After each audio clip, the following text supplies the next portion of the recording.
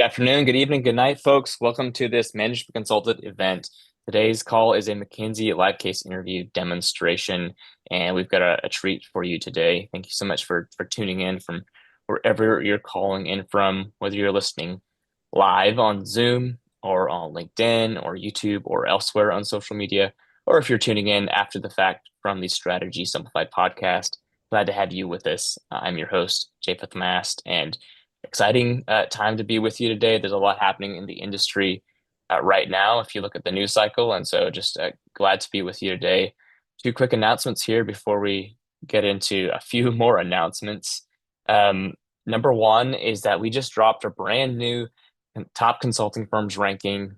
It's right. That's right. It's live. It's like second Christmas over here at Management Consulted. So if you haven't already, go check out the ranking. My colleague Katie will drop a link here in the chat, and we'll get that over to the other platforms as well. But you can just check it out. It's completely free to look at, but it's gives you a view of the top 40 consulting firms across the globe, and so some really interesting insights into like the state of the industry there for you.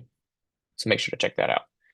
Second note is that if you are recruiting for Bain & Company, we'd love you to join a live call that's coming up this Thursday, March 6th at 2 p.m. Eastern, 11 a.m. Pacific.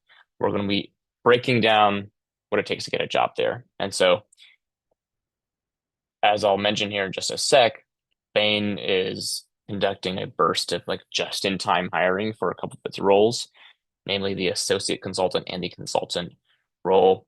Pretty rare for Bain to do this. It's the first time in years, at least at the junior level, that Bain has done a burst of hiring like this. So great time to get into the industry if you qualify for any of these two roles. And we'd love to work with you to help you win. So not only is the Bain program ongoing right now, interviews are starting on this Friday, March 7th, actually. The interviews will be this Friday and the following Friday, March 14th. And so I know some of you on the call, you're actually already have those scheduled or you're waiting to hear back from Bain. So it's a great time to be engaging with us. But we want to work with you to help you win. So we've got a ton of free resources on the website that you can take advantage of. But if you want to work with an expert team, here are three options on the screen for you to do that. I won't go into detail on each one of these, but I'm just going to specifically call out the Black Belt program here in the middle. Our March cohort is coming up, but you don't have to wait until the cohort starts, which is next Wednesday, to start with the 8 hours of coaching with the resume and cover letter edits. And so you can get going right now. You can prepare your resume, your cover letter, and get going with your interview coaching today. So you can scan the QR, check out the link in the chat here to learn more about Black Belt, or if you want, you can also start with 1 hour of coaching, see if it's right for you, and then later upgrade it to Black Belt package to work with our amazing coaching team. One of which is on the call here today, Kabreya, former McKinsey. She'd love to work with you, and she'll share more about herself in just 1 second. I'm going to take a breath because I'm running out of air right now to let my colleague Katie come off mute, give herself a quick introduction, and how if you've got questions about these programs, if they're right for you, which is right for you, how to know what's right for you, you can get time on her calendar, book a 15-minute call with her. And so, Katie, love to just get your intro and how folks can get in touch with you. Thanks, Japheth. Hi, everyone. Thanks for joining this call today. I think this is going to be a really exciting case. So my name is Katie, and if you're wondering which of our products is a good fit for you, you're welcome to book a 15-minute call with me, and we can talk about what we have to offer, and I can guide you through the process of selecting the best product for you. A quick note, just so you know, this is the real deal. I spent 3 years with BCG, and that is in part thanks to being a Black Belt alum myself. So know that this is a good program and we set people up for success. If you're not sure initially, I guarantee a 1 hour coaching session will convince you that the Black Belt program is a great way to go. We're in a big hiring season now, so act fast because our coaches' slots are booking up. Back to you, Japheth. Thank you so much, Katie. Yeah, so again, links in the chat, scan the QR to get that information. I saw one question here about there's a scholarship option. There's not, but there's a couple of ways. We have discounts for students at our partner schools. So if you're a student and you don't know if you're at a partner school, just reach out, DM myself or Katie here on the call.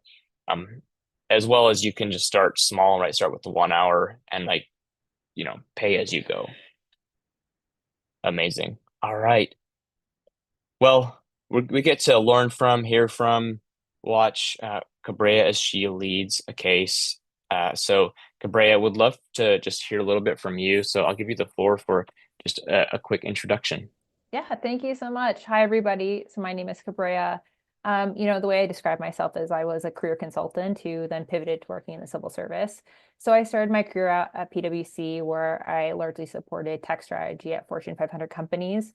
Really loved the work, but wanted to do something that was a little more mission aligned. So then pivoted to working as a consultant at the Bridgeband Group, which is a Bain and Company incubated social sector management consultancy. Work exclusively with top funders, nonprofits, high net worth individuals on realizing how they can support and catalyze positive social change. Went then and did my MBA at MIT Sloan, and then joined McKinsey and Company in their DC office, where I largely supported public sector work. So working with local, state, and even federal clients on their thorniest issues, especially post-COVID. Really enjoyed that work so much that I ultimately ended up leaving McKinsey to join the government. So I'm currently a civil servant, but really excited to be meeting you all in this call, and excited to be working with Yuri on this case. Amazing. Thanks, Cabrea. So you got to consult the government and then go work in it. That's awesome. All right. Last but definitely not least, Yuri is our brave volunteer in the hot seat for today. Yuri, do you mind just unmuting and telling the folks just a quick intro? Sure thing, yeah. Hi, everyone. I'm Yuri. I'm a first-year MBA student at Chicago Booth. Prior to Booth, I was at LEK Consulting, did mostly due diligences, and now I'll be interning this summer at BCG in New York City. Okay, wonderful. Well, thank you so much. Really excited to watch the case and take notes alongside. Okay, well, this is the part of the call where I'm going to turn it over. We're going to get started. So I hope you've got your pencil and your paper with you and a notepad so you can follow along to the case. Everybody on the call would love for you to take part. All right, Cabrea, the floor is yours. Okay, you ready, Yuri? Let's do it. Okay, great. So our client is an American automotive manufacturer whose market share has been slowly declining over the past couple of years. And more worryingly, their EBIT is in the red. So our client has asked you to help them understand the differences in economics between our client and its main competitors, in addition to the key factors that would impact sales of new cars in North America. So for purpose of simplicity, competitors are categorized as either other American manufacturers or Japanese and South Korean manufacturers. With all that said, how would you structure your approach to this problem? Great. So just to make sure that I got all that information right, our client is an American auto company. Mhm. They've been experiencing declining market share and negative EBITDA in the last few years. Uh, Our goal is to look at new car sales, specifically in North America, and compare that relative to other manufacturers in the US, as well as the other competitors coming from manufacturers from Japan and Korea. Does that sound about right? Yep, that sounds right to me. Great. So just to make sure that I'm really understanding the Mhm. goal here, is our primary concern to understand the revenue side here, or is this more of an overarching EBITDA question, and is there sort of like a metric, like a concrete number that we're looking at to improve?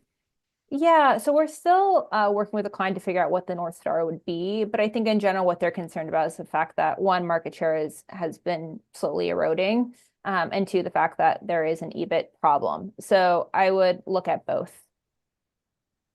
Gotcha. Okay, so it's to understand the EBITDA problem as a whole and the declining market share. So it's not like we're focusing either on revenues or on the sales side or on the cost side. We're looking at a little bit more holistically here. Great, that makes a lot of sense. And then just to make sure I'm understanding the business correctly. So does this is this an automotive manufacturer that then sells to dealerships who then sell to the consumer, or do they have their own dealerships and they're selling to the consumer? How does that business process look like? Yeah, that's an interesting question. For the purpose of this, I wouldn't necessarily focus too much on how they actually distribute their cars. I think the most important thing is that they're just a US-based manufacturer. Okay, But you can imagine that they follow a similar model to traditional car manufacturers that you are well aware of. great. And then one last piece of understanding here. EBIT is in the red, so I'm assuming in terms of the timing, we're looking to find a solution pretty much as soon as possible. Is that the right way to think about it, or is there a longer timeline that we're looking at? Yeah, again, management hasn't given us a clear directive, but since it's in the red, you can imagine that there's some urgency there. Absolutely, that makes total sense. Great. I think that's great information for me to get started. Mind if I take a moment to structure my thoughts here? Sure, go for it. Great, thank you.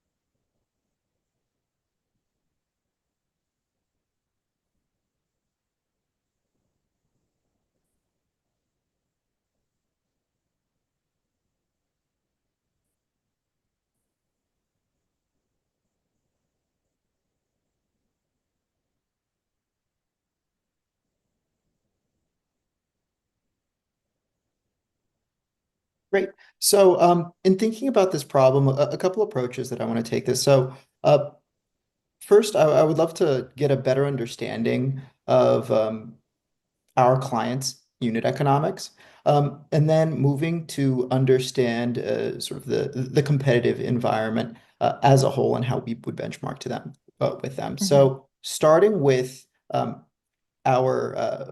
client, would love to break it down into both the sales and the cost. So starting with the car sales here, really looking to understand the revenues by the car type. So I'm wondering if they sell electric cars Mhm. versus like your traditional vehicle, or if there's any differences between like low cost, like low price, middle tier, or the luxury end. Mhm. Seeing if there's any differences there, and has there been any element that we've been particularly declining in terms of sales in the recent years?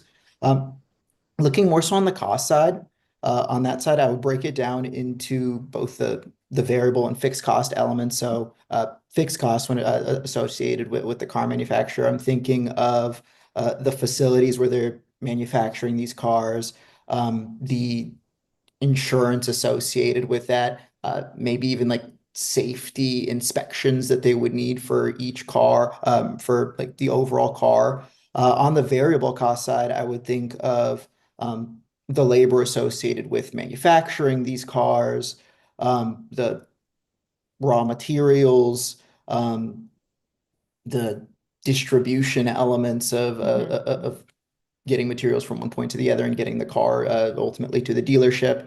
Um, so would love to get a pretty holistic understanding of our client, and then taking a understanding of the competitive environment for the US car industry. I would love to break down our competitors between our international competitors and our domestic competitors.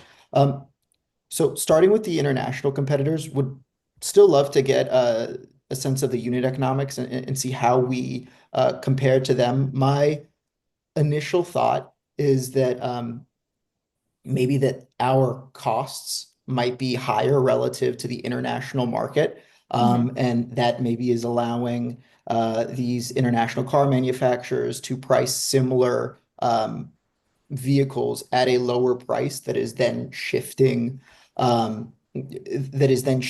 market share. But would love to dig further and see if we have any sort of more concrete economics on the typical sales price per car, associated costs that I mentioned before. On domestic, also looking to understand similarly those elements that I mentioned in international, and if we could also benchmark the market share of all of these competitors and ourselves for the last few years to see while we have been losing market share, who's sort of been taking up that space. Has the market itself, has it been shrinking, staying stagnant, growing? Just to get a better understanding of, is it that we're actively losing share, or is the market growing so fast and we're just not taking that additional appropriate share? With those two things being said, an additional element that I didn't mention, but meant to add was that of consumers. So I would love to understand from the point of view the of the driver, is there any type of car that they're looking for? So I'm wondering if they prefer a car that's like more associated with safety, or if they would prefer it to be manufactured in a specific area. Or if like price is their key concern. Getting an understanding of what their key purchasing criteria, I think will help us best navigate what our North Star for this organization should be in the long term. That being said, I think it's very important to understand a little bit more why that EBITDA is in the red. So would love to see, do we have any figures on either like the sales or costs of our organization? Yeah, so we actually do have some information on costs. So management just gave us a high level list in terms of the type of costs associated with car manufacturing for them. So for variable costs, there's four key ones. The first being material costs. So you can think of that as being raw materials and outsourced pre-assembled components. Yeah. Second being distribution expenses. Third being warranty expenses. And then the fourth being sales incentives and other promotions. On the fixed cost side, similarly, there's also four cost buckets. So the first being employee wages. So that includes anything from basic pay plus benefits like pension and healthcare. And it's sometimes considered semi-variable depending on the type of contract. Plant overhead is the second fixed cost, includes maintenance, depreciation, electricity, things of the like.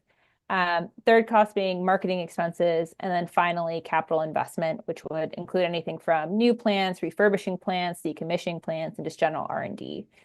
From that list that I just gave you, would be curious to get your sense of what you think would be relevant to actually producing a car. So in other words, like what would be the manufacturing plant costs? Gotcha. Okay. So just walking through all these costs, just making sure that I didn't miss anything. For variable costs, we have the material cost, the distribution, warranty, and sales. For fixed costs, we have wages, plant overhead, marketing, and then capital investment. I missed, what were all of the buckets that fit under capital investment? Yeah, so that's just new plants, Okay. refurbishing plants, decommissioning plants, and just general R&D. Gotcha. So in terms of which ones I would say tie more so with the manufacturing of a car, I think starting with variable costs, it's going to be the material costs to manufacture that car. Walking through the other ones, for distribution, the car is already manufactured. For warranty, the car is already manufactured. Sales, it's already done. So for variable costs, it would only be the material. And then for fixed costs, wages, that is one that stands out to me, the people working at the manufacturing plant. And then secondly, being a plant overhead. Marketing is something that would happen once the car's already manufactured. For cap investment, this is one that I'm in between. You mentioned refurbishing plants. I'm thinking that may also be relevant if there's an issue with the plant while we're while we're manufacturing a car. Granted, I think that that's probably on like a case by case basis. But in terms of sort of the big three here, I would think that it would be material, wages, and plant overhead.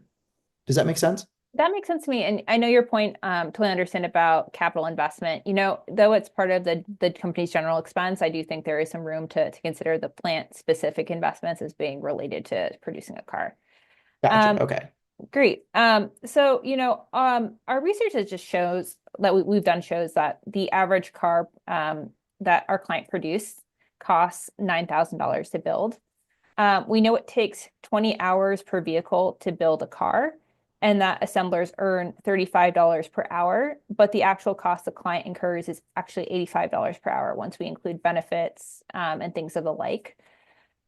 We also know that that a plant can produce cars at a rate of 60 jobs per hour. So if we assume that overhead costs per car are $300, what percentage of a car's assembly costs comes from its materials?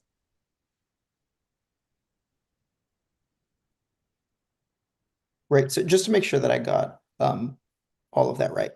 So the average car you mentioned costs $9,000.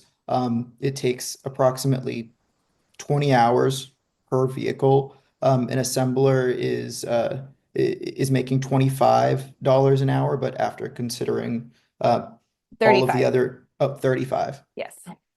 But after considering sort of their benefits and all of that, it bubbles up to 85 an hour. Yes, correct. Gotcha. And then one car yields 60 jobs per hour. One plant. One plant. Okay. One plant is 60 jobs per hour. Overhead is 300,000. $300 per car. $300 per car. And then our goal is, I actually missed the audio on that point. What was the overall goal? So from all this, would love to know what percentage of a car's assembly costs comes from its materials. Gotcha. Okay, so the percentage of assembly that comes from material. Great. So just sort of walking through the way that I would structure this. So we have the total of 9,000, which is ultimately what we'd be subtracting from. We know that it's about 20 hours per vehicle. Each hour is $85 an hour. And then we would add after that $300 per car, and then that remaining bit from the 9,000 would be the amount that we're looking for. So just to walk through that real quick, first I would calculate the labor hours, then I would add in the overhead, and I would subtract that from the 9,000. Does that all make sense? Yep, that makes sense to me. Great. So the total amount of, see, just making sure that so 85 times 20, we're looking at, let's see, 170, 1.7K plus 300, that gets us 2K.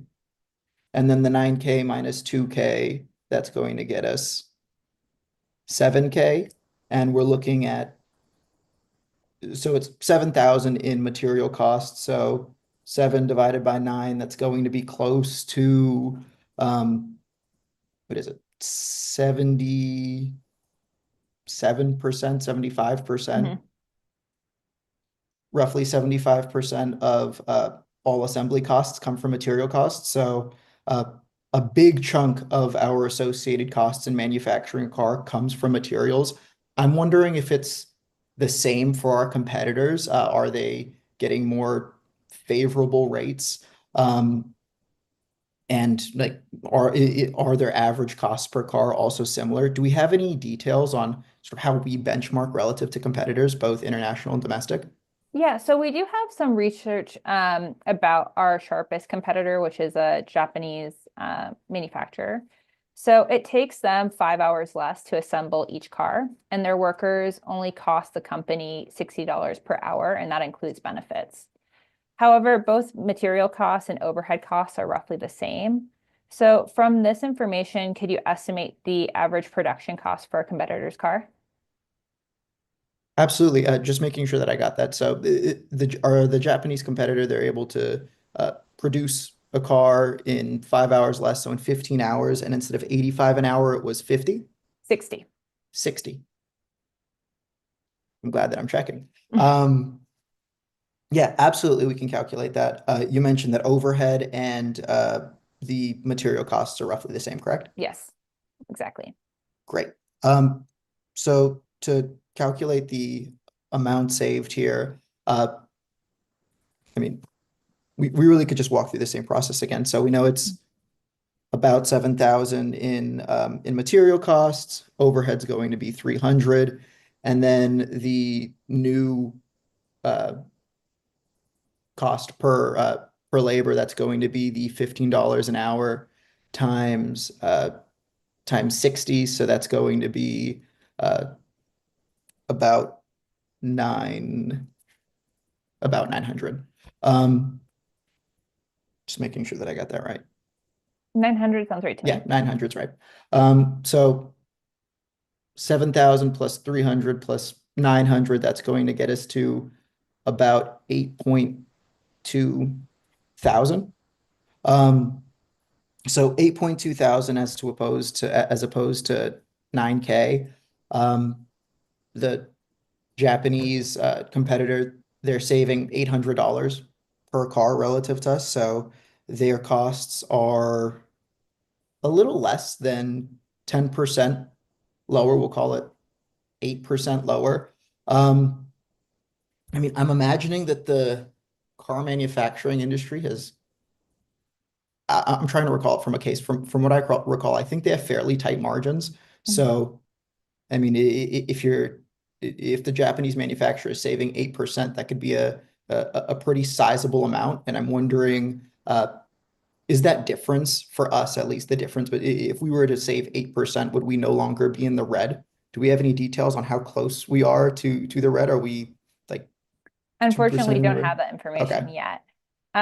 But I think in addition to just comparing us to our competitors, there is also another important consideration. Which is the capacity of production of plants and their ability to increase and decrease production. Mhm. So in a case team meeting, we had a conversation about that, and we were able to get some information. So our plant works 250 days a year and on 8-hour shifts, 2 shifts per day, and can produce 60 cars per hour. So I'd be curious, what is the annual capacity for our client? Gotcha. Okay. So our current capacity is 250 days a year. We could do 60 cars per day Mhm. and then 8-hour shifts. Yep. Is that the right? So- Okay. Or 60 cars per hour. Sorry, just to Oh, correct you. 60 cars per hour. Okay. Yes, And then we're open for 8 hours a day with 2 shifts per day. with 2 shifts. Okay, great. So 8-hour shifts, 2 of them per day. Okay, great. And then we want to know how many cars we can produce a year. Yes. Great. So we have the way I would calculate this is we could get cars per day. And then from there, we would multiply that by about 250. So just like looking across, the way that we would multiply this is we would take the 250 days times 60 cars times 8 times 2. And then the order that we multiply that doesn't particularly matter. So just for the ease, since we're multiplying that out, I would take the 2, multiply it by 250 to get us 500. 6 times 60 times 8 is 480. And then 480 times 500 is, let's see, it's going to be 240,000 cars per year. Yep. So 240,000 cars per year. We're looking at a cost of 9,000. So I mean, let's call it 200, 2.2 million, is it? In terms of total cost, I think it might be one more order 22. of magnitude. So Yeah, I think 22 million in cost per year. Our so 22 million, our competitor is saving, assuming that they're also producing at capacity and that we're both producing at capacity, the Japanese competitor would be able to save about an additional 22 million over us. That sounds like a pretty sizable opportunity if we were able to lock in on what those opportunity costs may be. I'm also wondering, since we are looking at like this is the maximum capacity, how close are we to operating at maximum capacity? Are we like 80% of the way there, or? So we unfortunately don't have that information, though management has talked to us about potentially looking at how we can infuse some more flexibility in their production, given, as you mentioned, it's a $2 billion in manufacturing costs. They're assuming that hopefully if they can be more flexible, they might be able to realize economies of scale when needed. We'll love your thoughts though on how we could infuse some flexibility in their current production model based off what you know of their current production operations. Gotcha. So introduce some efficiency in terms of the model. Or I'm just wondering, flexibility in terms of number of cars that they can produce in a given time.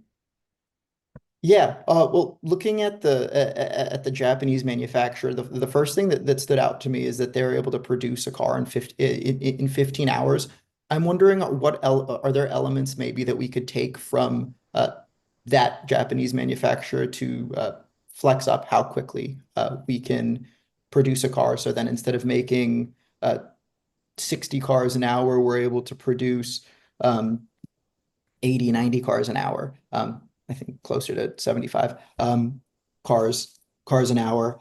That would, I guess, thinking more practically on what that would mean. I'm wondering, well, breaking this down into two elements. So first, like internally, what are the easy wins? And then externally, what could we like benchmark from competitors? So I guess that would fall more under the benchmarks. But internally, I'm thinking of,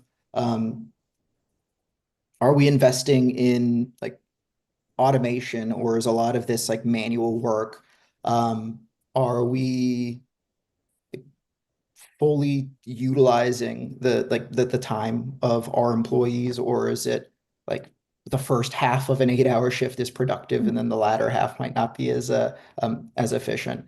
Looking more externally, that would be where it would fall under like what are our competitors doing relative to us? So what is that Japanese company especially doing that is bringing their times down to 15 an hour rather than the 20? Additionally, maybe like are they applying like just-in-time practices? Or are there of those like Kanban elements that like make the supply chain generally go faster? That being said, I think the most useful one that I would go through is to look at like what the Japanese manufacturer is doing. Yep, it seems like you're really well versed on Toyota manufacturing. So, well, beyond just looking at the company internally, the client really picked McKinsey because we are the data people. And so part of our engagement is going to involve us creating a market model. This model is we hope is going to predict or project consumer behavior, so we can ultimately estimate the number of vehicles that our client and each of its competitors should be able to sell. Now, before we actually start building this model, would love to get your thoughts on what potential variables you think would be important to include. Yeah, so just to make sure that I'm understanding correctly, so the goal of this market model then is to model the like, total addressable market for new car sales in the US. Yeah, so mainly we're trying to hope they're asking us to, build a model to project out what the demand will look like, both for ourselves as well as for our competitors within the North American market. Gotcha. Okay.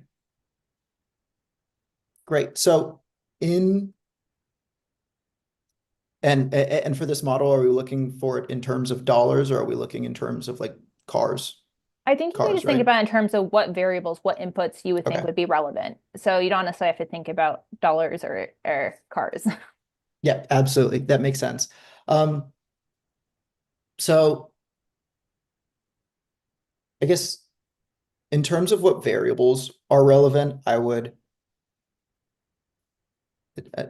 I think I'm just naturally thinking about this a bit more in dollars, but I would think about this in terms of like what are the key volume drivers and what are the key sort of like price drivers. hmm Um, Starting with the volume drivers in the US, I would think of like what is how many new drivers do we have hmm entering the space per year? Like or like new people or people who have an existing car that are looking to sort of replace that car and get a new one. So we have those two new people that are coming into the market. So new drivers and then people looking to sort of sell their car, get a new one. hmm Um, Starting with new drivers, I think to project that we would have to get an understanding of, um, well, one, how many new drivers are there per year? I would imagine in the US, that's something that's fairly stable. It's not like our population has been growing at an insane rate. So we could get a best estimate from there. hmm And then we would have to segment it by how many of them are getting used cars and how many of them are getting new cars. And then the new cars percentage, that would be the amount that we're taking into our model.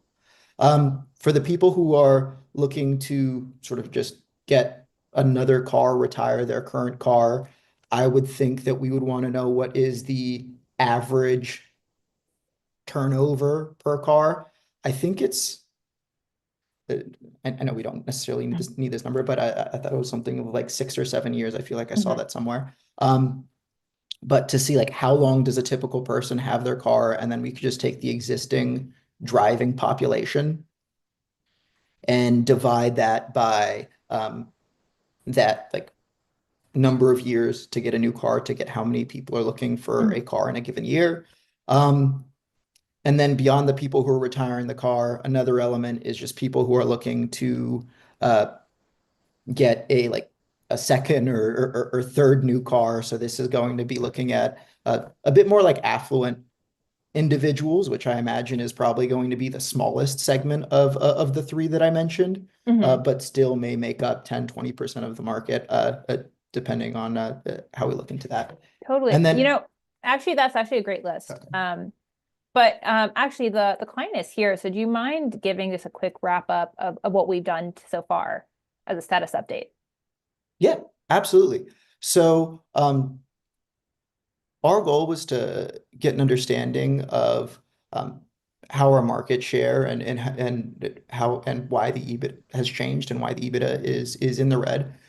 From our current understanding, we see that our organization relative to the nearest Japanese competitor is over 10% more costly in terms of the manufacturing space and is less efficient when it comes to creating a car. hmm Um, Additionally, we've also begun to implement the first steps into developing a market model of how we would best estimate the demand drivers for both ourselves and the competitor, and have just begun working through how we would segment that by the market. But overall, the biggest key takeaway that we found is that our organization is about 10% more costly than competitors. And in terms of next steps of what we should look there, we should see if we can apply any of the competitors' practices to make our cars less costly on a unit basis for us. Amazing. Thank you so much. Thank you. And scene. So great job, Yuri, with this case. I know it was a bit of it kind of deviates from your standard case. So let's just go over it really quickly. So in terms of your case, the case stem, setting it up, I think you did a really good job of replaying things in a very nice and succinct manner. And your questions also, I could understand where you were going with the logic. The one call out I would say is that you're asking, is it a revenue problem or a cost problem? Generally, you're going to kind of explore that in the case. So I wouldn't Yeah. necessarily be so forthfront and be like, what is it? Because I can actually be like, well, I don't know, maybe we'll figure it out, right? Yeah. But in terms of like let's go into the first math question, which was, or into your framework, sorry. I think you did a good job of segmenting what you thought was important, which was understanding the economics of our client, right? And looking at the revenue and the cost drivers, as well as trying to figure out this competitive comparison, which is, I guess, the wrinkle here that makes it slightly different than like a traditional profitability case, which is, right, we're losing market share. So we also want to know what our competitors have. The one thing I would say here is that cars are slightly unique in that they people have preferences about their cars, right? Certain Mhm. people like to drive a BMW. There's a certain type of consumer who wants a BMW versus, a Toyota Camry. So I would wish that you kind of went into like the kind of intangibles or kind of the less quantifiable bits, like the qualitative aspects of what are the differences between our client from a value prop perspective relative to competitors. But overall, I felt like it was a fairly comprehensive framework. Going into the math, so I'll kind of go pretty they were all Yeah. fairly simple math. And so this is just like I think a watch out for most folks. If the math is fairly simple, that means that you're likely supposed to come up with good insights about it because I'm not making you do so much hard calculating. And I think you did a good job of coming up with the beyond level one to like the level two, level three insights. So particularly with respect to our cost relative to our competitors, right? You recognize that, a 50% decrease or like that 5 hours less of work from our Japanese competitor. They were still able to be cost competitive, but it was like their costs were still 90% of what our costs are. The one thing that I was curious about that she didn't really bring up is, if you realize that the Japanese can do it cheaper, like why not just move production there, right? So that's like a potential Yeah. option. You can offshore or outsource work there, given that it is, to your point, materials are fairly commoditized, so there's not really room there to budge in terms of cost savings. Mhm. That could be a potential to consider of like what would it look like to shift operations to a cheaper place. Um, but again, I think the insights that you brought there were great.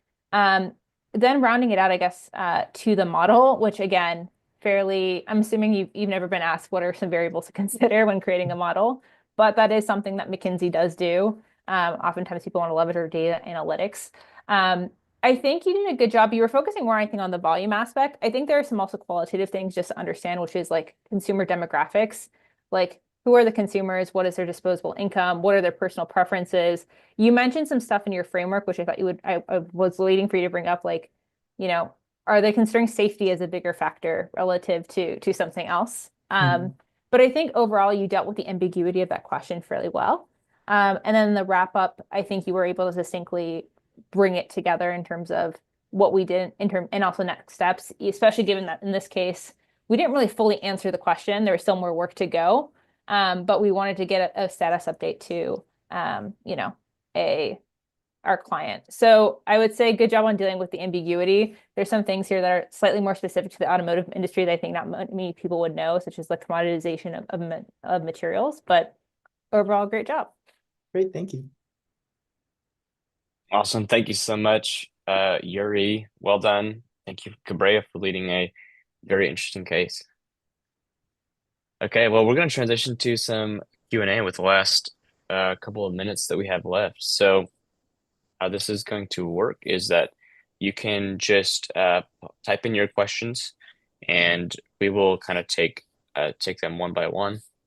So whether you're here on Zoom or right LinkedIn or YouTube or somewhere else, uh, we'd love to take your questions. So whether it's something about like the case, so right, something that was interesting or right, maybe you need some clarification about, and then something about right case interview prep more generally, like we'd love to take that. Kabreya would love to take those questions and anything else you might have. Okay, let's get started. So I'm gonna go to the chat here.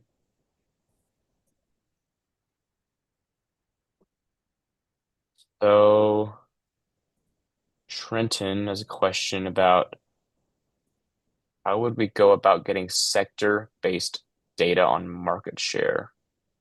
What would the question framing be? Kabreya, you okay to take that one? Yeah, so I'm assuming it's the question is if someone asks you similar to what I asked Yuri in terms of like what are the things that you would consider. Again, I think during these interviews, we don't expect everyone to be knowledgeable about every single sector. Um, you know, not everyone has exposure to working in the automotive sector, for example. But I think generally for this, part of it is just general business intuition in terms of you want to understand who to like from just a market share perspective, whatever the object is. So in this case, it's cars. You want to know how many cars are being sold by how many competitors, right? What is the sale price to kind of get a sense of scale and size. And in terms of others, I think again, this is where you kind of leverage your own personal experience with cars in this example, right? Which is like, that people who drive a Buick are slightly different than people who drive a Prius, right? There are different trends that you will likely be aware of. For example, I think you already made a good point about electric vehicles and the trends in terms of how do we fit into this trend of people trying to become more eco-conscious. So it's a bit tricky, but again, I would default to saying some of it is going to be inherent business 101, which is you just need to understand the economics of how it works of like any industry, which is units times price times quantity sold. The other is just going to be based off your own understanding of the industry. Okay, that's helpful. Getting a couple of questions around like note taking and taking down numbers. So, do you have any best practice advice on how to like best take notes when you're being given like a math problem? Yeah. So generally the way that I, structure my page is I think about it horizontally and you kind of have a column to the left, which is like the pertinent stuff from the case stem. Then you have a line that crosses the top to the top, which is like the core question to kind of be your North Star. And then in terms of details of math, I just generally write down all of the key points that they give me, replay it. And generally what I do, which I think Yuri did a really good job, is he walk through his logic in terms of what variables he needs and what he's ultimately getting to, right? So for example, in the case of identifying plant production capacity, right? So he was saying, I need to know how many cars we can produce an hour, how many shifts we have per hour or per day, how long are those shifts, and then how many days are we actually operating? And so kind of walking through the algebra problem that you need to solve, I think is the way that I generally prefer it, but that's just the way that my brain works. That's what I would recommend for folks is kind of you get all the numbers and then kind of take a moment to play around and see how do these all, relate to each other. Great, that's helpful. And then if if I missed a number, I missed a couple of numbers, and I need you to repeat some information. Do you have a framing for how to like ask that, Yeah, nicely? yeah, and I think that's totally fine, right? Oftentimes we throw a lot at you, and we don't expect you guys to be able to remember everything that we say. I think Yuri did a really good job here. He's like, just to make sure that I'm tracking, I just want to confirm these numbers and the ones that he knew he confirmed with me. And he said, I'm sorry, I didn't get the last number. Do you mind repeating how many is for the last section that he missed? And that's like a great way of asking. Again, you don't get docked for not being able to write and all the hmm numbers correctly, right? We're here to help you as much as we are to evaluate. So completely fine to do that in that way. Great. Question from Umar. Uh, When is it okay to ask for some time to like structure your thoughts or structure your math or brainstorm? Yeah. So generally there's some parts of a case where you are given time or it's expected, right? So looking at the case framework, when you're given the initial stem, we recommend 2 minutes. And I think you already did a good job. He did it slightly under at 1 minute 40. For other points, I think you can just ask, hey, can I have a moment to structure my thoughts? But just be prepared for if they say no, right? So ultimately, hmm the times that I see it with clients is when we're giving the final recommendation, they might ask for a moment to structure their thoughts. And I will give them both, right? To say, no, clients right here, you actually have to be able to present. And so in that way, I think structuring the work that you're doing on your paper is really helpful in making sure you know what the key insights are. So for example, for me, I generally will like star or circle key insights. So when I'm giving my final recommendation, I can refer back and quickly be able to know what are the poignant parts of each part of the case. Love it. And that kind of translates to like the real world in consulting, right? You don't Yep. always have the option to Yeah, step out of the room if the client asks. You got to be on your toes, be able to think on your totally. feet. And it's not to be mean to your point, right? It's really emulating the case experience on the ground. Like oftentimes I've had clients come in and without any, a head forward or heads up, they'll ask me like, so what's going on right now? And I have to give them a status update, right? So it's a very valuable skill to be able to speak live and off the cuff. You tend to build that muscle more as you are in the profession. But yeah, unfortunately, and fortunately, it's something that you're gonna have to get used to. Yeah. So what you're telling me is that the case interview is right. It's based on what you're going to be like in consulting. And so maybe if someone today you're like, oh man, I didn't like this. Like this was wrong. I think one of those most valuable things that somebody can take out of one of these sessions is maybe consulting isn't right for me because we don't want you to spend 3 months preparing for a job that maybe you would hate if you were to get an offer. And so I think that's like valuable insights as far as just your experience of cases. Okay, love it. Okay, question. Let me see. So, kind of a question here, then I'll add something to it. Is it frowned upon to use a calculator during the case?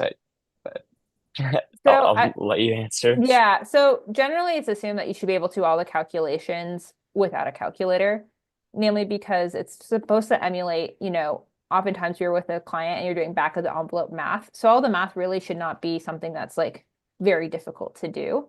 There are definitely tips and tricks in order to be able to make it faster to be able to do it. But you can assume, especially if you're doing for all cases, but especially in person, like you're not allowed to bring a calculator. You're just gonna have Yep. to work on it old school. And then do you have a couple of tips and tricks that you can share for right getting faster, getting more accurate at mental math? Yeah, so I think for me, the one trick that I always had was that zeros really confused me. So I always ended up using scientific notation so I could eliminate the zeros and be able to calculate and figure out how many zeros are at the end of my problems. But beyond that, like there's some things like, for example, if you are trying to figure out like what is 90% of something, you could just calculate what 10% is and subtract that from the total, right? Like there's some tricks in terms of just mathematically, they both get you the right answer, but just different framing makes it easier to calculate. And also using, for example, when you're dividing, leveraging reciprocals to help make the math easier for you to do.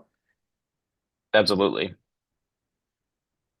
Kabreya, so you've been in a couple different interview cycles, and I'm going to make the assumption that you did both in-person interviews as well as virtual Yep. interviews throughout the various. Okay, great. So two questions around that. Number one is just key differences keep in mind for virtual versus in Mhm. person. I know like a lot of firms right now, they're doing first rounds are virtual and then final rounds, Yep. they might fly you in person. So for folks who are dealing with that scenario, key Yep. differences. Yeah, so I think that the key difference I would say is that you don't have the person watching you. So you don't necessarily have, especially when you're doing Zoom interviews. So it's not like you can show them your paper and have them follow through your framework. And so what I recommend for people over Zoom or doing cases over Zoom is that you have to be really structured in terms of how you present your framework or just anything that you're doing, because in theory, they could be trying to emulate what you're saying on their own paper to bring back when they do deliberations. So an example, a concrete example is, if I'm talking about profitability, I could say, my framework, I think about it in terms of 3 buckets, right? So I make it very clear if I'm trying to write it out, what it's going to look like. Within each bucket, I have 3 areas that I want to explore. The first being X, the second being Y, the third being Z, right? So being really structured or more structured than you would if you were to actually sit next to somebody and show them your paper and walk through it. And similarly, you can do that with the math portion, right? So really walking through how you're going to calculate each calculation, which I think you already did a really great job of telling me he's going to multiply this by this by this to get the ultimate answer. I think are really great ways to kind of mitigate the loss of connection that you necessarily have when you have someone in front of you during a case interview. And beyond that, the only other thing I would say is that over Zoom, they tend to be a little bit more, I guess, emotionally straining, just because for whatever reason, a Zoom somehow is just more draining. At least for me, it feels like it is. And so for that, that's more so just getting used to one, doing things over Zoom and kind of finding ways to energize you to keep momentum going. If you are particularly extroverted like myself and feed off people's energies, particularly if you're in person. That's valuable information and insights there. Okay, is there an expectation to show your notes and maybe like split this out in like virtual versus in person? In virtual, no, there's no expectation to show notes. Generally, I know some people like to whiteboard or use Zoom whiteboarding functions. I generally say or advise against, just because there's just so much that could go wrong. In person, you are actually showing your paper, right? Like you are working with somebody. It's almost like you're sitting next to each other and you're showing your paper as you're walking through, which is why I think in person, the cleanliness of your page, if that makes sense, or the structure is more important, because a partner is actually going to watch you go through the case. So they will make some judgment in terms of how you, orient and how you structure your paper. Yeah, absolutely. Kabreya, can you share your approach to working with candidates? Like, let's just say you've got someone coming to you, he's got an interview in a month, like, and he's a black belt, so he's got a couple sessions to work with. What's Yeah. going to be your approach there? Well, I think about casing is almost like speaking a different language or learning another language, which is you kind of need to understand the basic building blocks of a case and of business like speak before you can actually start, having great conversations and adding your own flair. And so generally where I start off is doing a diagnostic and understanding where people are in the process. How familiar are you with the flow, right? How familiar are you with the frameworks that generally all business problems kind of fall into? There's a lot of business problems, but there's really, if you distill them, there's only a certain level, a number of frameworks that you can really apply. Beyond that, once we go through that, then we'll go through the more tactical things, which is like, how can we structure? I will do structuring drills with you where I will give you multiple problems and ask you to structure them and present them to me. Namely for you to get the frameworks down pack, but also to be able to understand how you customize them for any given situation. And how are you able to tell me that, like describe your whole framework in a succinct 2-minute slot. And then we do math, obviously math tips and tricks. If it is not your strong suit, it was not mine. So teaching you like the practical things that you can do to make your life easier. And then once you kind of get those basics down, then it's really, let's look about your personal individual experience and see how we can leverage that insight into creating great answers. Sitting from the position of an interviewer, I've always found the folks who brought in creative answers that leverage their backgrounds to be the ones that I remembered most when we were evaluating or doing the debrief about candidates, because it would say something that I wouldn't necessarily think, and I'm like, wow, that's great. Like that's somebody I kind of want on my team, to kind of push my thinking and give me something that I, maybe naturally had not thought of. That's awesome. Really appreciate that perspective. Kind of a follow-up to that is for someone who maybe, right, they've got an interview with Bain in like 8 days, and they've done very little case prep. Any tips for like getting up to speed really fast? Yeah, totally. I think the Bain word is getting smart, if I remember from my Birchband days. One, I would make sure that you are very familiar with the flow of how case interviews work, right? In terms of STEM, what are your expectations? What do you expect the interviewer to do? And understanding that Bain has a candidate-led approach as opposed to McKinsey, which is more interviewer-led. Beyond that, then I would really focus on making sure you understand frameworks and understand how you can apply them to different business situations. And business situations also including, some social sector, because Bain does a lot of social sector, if one was not aware. And then what I would do is try to get targeted time of actually applying it. So, if you can get case time with a coach, that is ultimately the best. But having folks actually case you, and so you get the experience of being in a pressured environment where you have to kind of react to somebody in real time. I know oftentimes doing a case by yourself, it's a lot easier because you don't have that sense of pressure, but it is kind of a pressure test when you're doing a case interview at MBB, right? They want to see how you respond, particularly under time constraints and the like. Absolutely. Really, really helpful there, Kabreya. Appreciate your and not only thoughtful responses to the Q&A, but also just a great session today. Oh, no All problem. right. Thank you for having me. All right, we're at time, so I'm just gonna pull up my slide one last time here. and then we will say adios.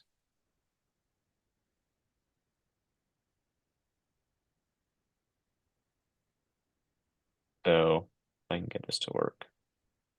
There we go. So, right, you got upcoming interviews. We'd love to help out.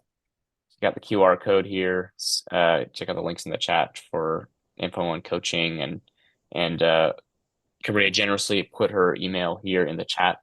If you'd like to reach out and schedule a session with her, purchase some coaching. She'd love that. And reach out to our team if you got any questions. We're always at team@managementconsulted.com. Love answering questions. And Katie's always here to jump on a quick call if you need help with any of that. Okay. Thanks for joining, everybody. We're gonna jump, but hope to see you on Thursday's call for landing a Bain job. Thanks, everybody. Cheers.